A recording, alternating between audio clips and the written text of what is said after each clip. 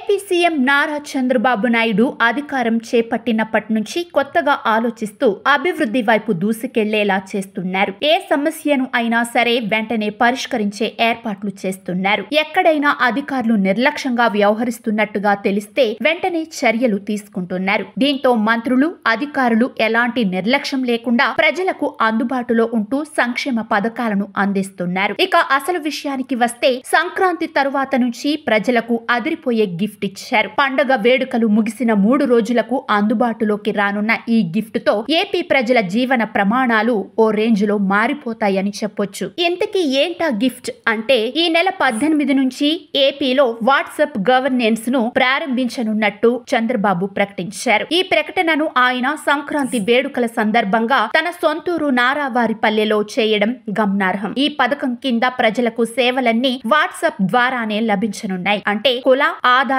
ధృవీకరణ పత్రాల కోసం ఇకపై ప్రజలు ప్రభుత్వ కార్యాలయాలకు పరుగులు పెట్టాల్సిన పని లేదు. వాట్సాప్ ద్వారా అప్లై చేస్తే క్షణాల్లో అదే వాట్సాప్ ద్వారానే ఆ పత్రాలు అందుతాయి. ఇలా 1, 2 కాదు, ఏకంగా 150కి పైగా సేవలను ప్రజలు వాట్సాప్ ద్వారా పొందనున్నారు. మొన్నటి ఎన్నికల తర్వాత కూటమి ప్రభుత్వం ఏర్పాటు కాగానే ఐటీ శాఖ మంత్రిగా బాధ్యతలు చేపట్టిన నారా లోకేష్ వాట్సాప్ గవర్నెన్స్ కి ప్రతిపాదించగా మెటా అందుకు ఒప్పుకుంది. ఆంధ్రప్రదేశ్ ప్రభుత్వంతో మెటా ఒప్పందం కుదుర్చుకోగా సేవల బదిలీకి తాజాగా రంగం సిద్ధమైంది. లోకేష్ ద్వారా దీనిపై సమాచారం తెలుసుకున్న ముఖ్యమంత్రి నారా చంద్రబాబు నాయుడు సంక్రాంతి కానుకగా ఈ సేవలపై ప్రకటన చేశారు.